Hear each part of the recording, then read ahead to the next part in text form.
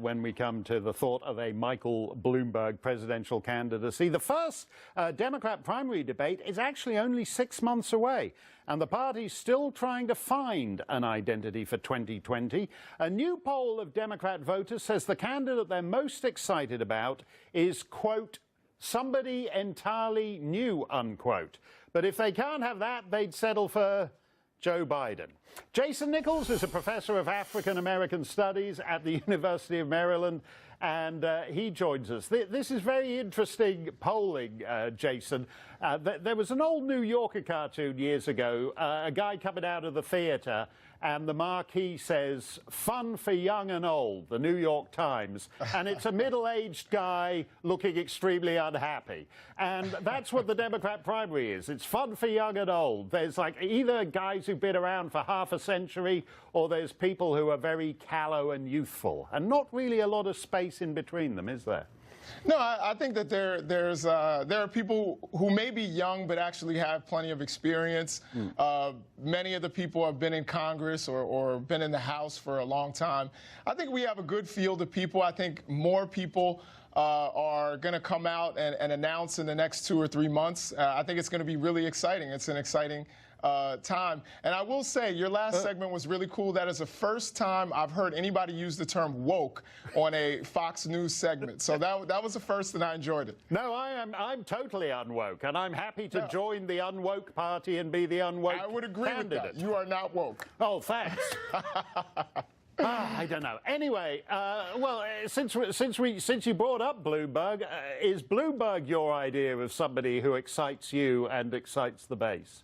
No, I'm going to agree with what you guys said about the fact that he has to answer for stop and frisk and broken windows, which I will say is objectively racist.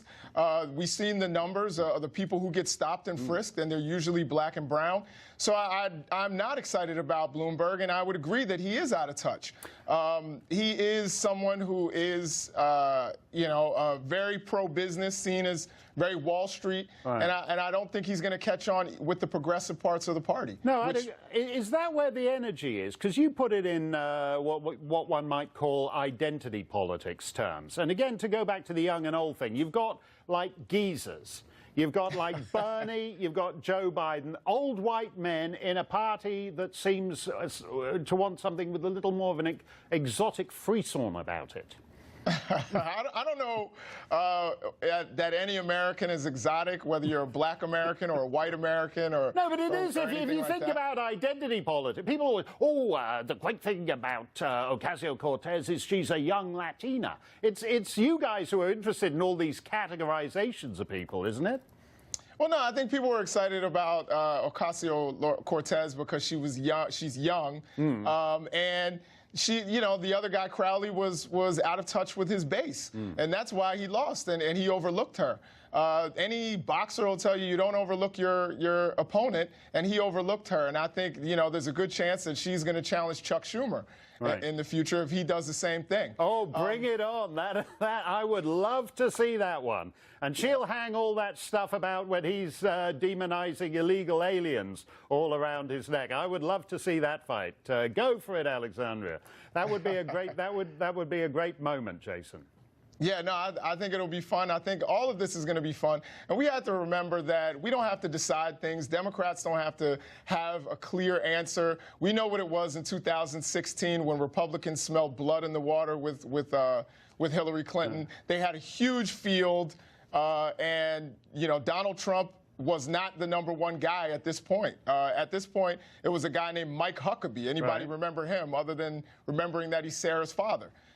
He was actually the guy who was at the top of all the polls at this point. So I think we've got a long road ahead of us. So who is your Trump figure? Who's the one who's going to come down the escalator and soar to the lead and leave the other 17 guys in the dust? Is it Cory Booker? Is it Kamala Harris? Who's it going to be? So I like that you picked the two black candidates. I like Cory Booker, certain things about him, but I don't think he's the guy. I actually like someone, her name is Tulsi Gabbard. Right. There's a good chance that she's going to run. She's military.